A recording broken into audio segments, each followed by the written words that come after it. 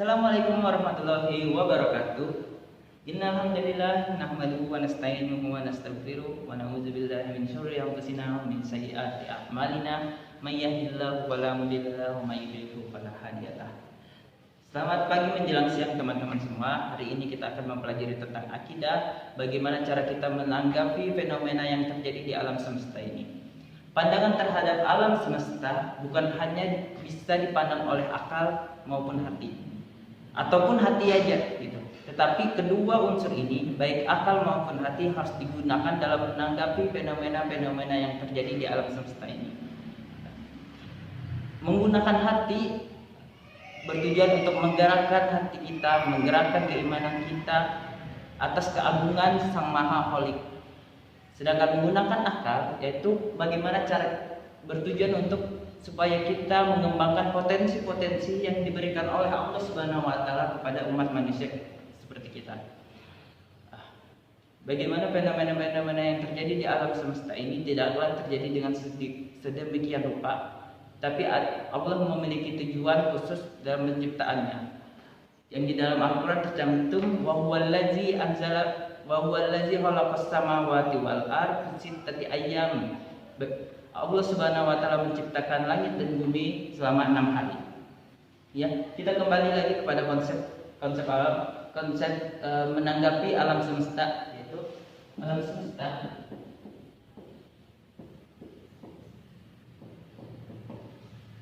cara kita menanggapi alam semesta ini harus menggunakan akal dan juga hati. Kedua ini harus sinkron. Bagaimana kedua ini harus kita gunakan dalam mengamati fenomena yang alam yang terjadi ini. Kita menggunakan akal karena diperintah Allah Subhanahu wa taala di dalam ayatnya, "Wa may yadhakkaru illa ulul albab," dan tidaklah dapat mengambil hikmah kecuali dari orang-orang yang berpikir. Kita menggunakan akal untuk bagaimana kita mengokohkan keimanan kita dalam menanggapi apa yang terjadi di alam semesta ini. Kita ambil contoh salah satunya, kita selalu belajar dalam ilmu IPS, kita selalu belajar tentang bagaimana proses turunnya hujannya, fenomena turunnya hujan. Ini air laut, kemudian ini ada daratan, perpohonan yang banyak buahnya.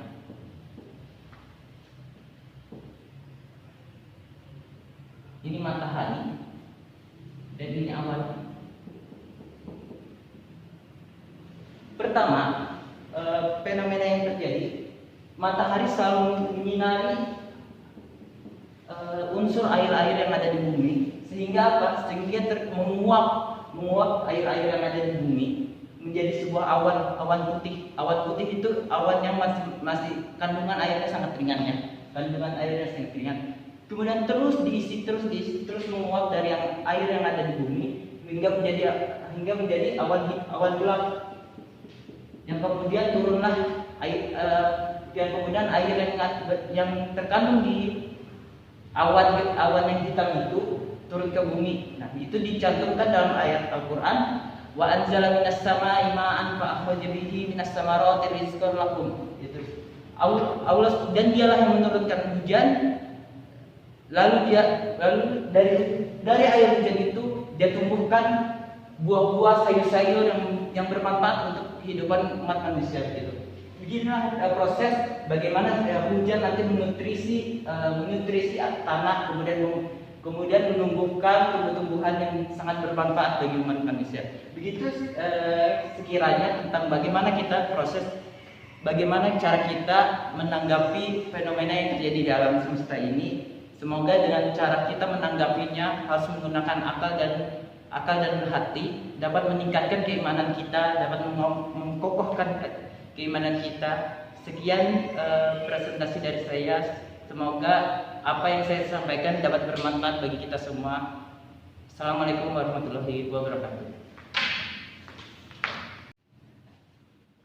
Halo semuanya, di sini saya akan menjelaskan akhlak yang baik kepada orang tua.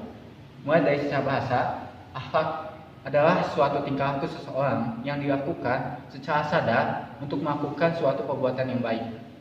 Akhlak ini berasal dari jamak khuluq. Khuluq yang berasal dari kata bahasa Arab, yaitu suatu perangai, tingkah laku atau adab.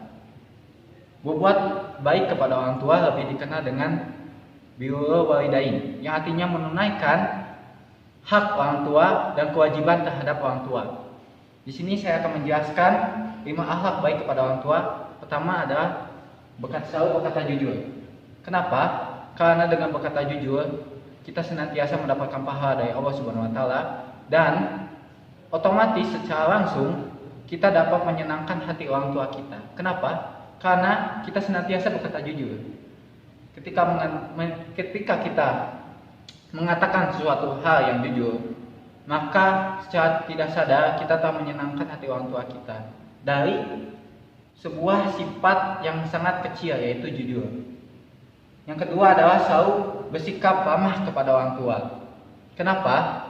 Karena dengan kita bersikap ramah kepada orang tua, senantiasa juga akan mendapatkan pahala dari Allah Subhanahu wa taala dan mendapat pujian dari orang tua kita sendiri.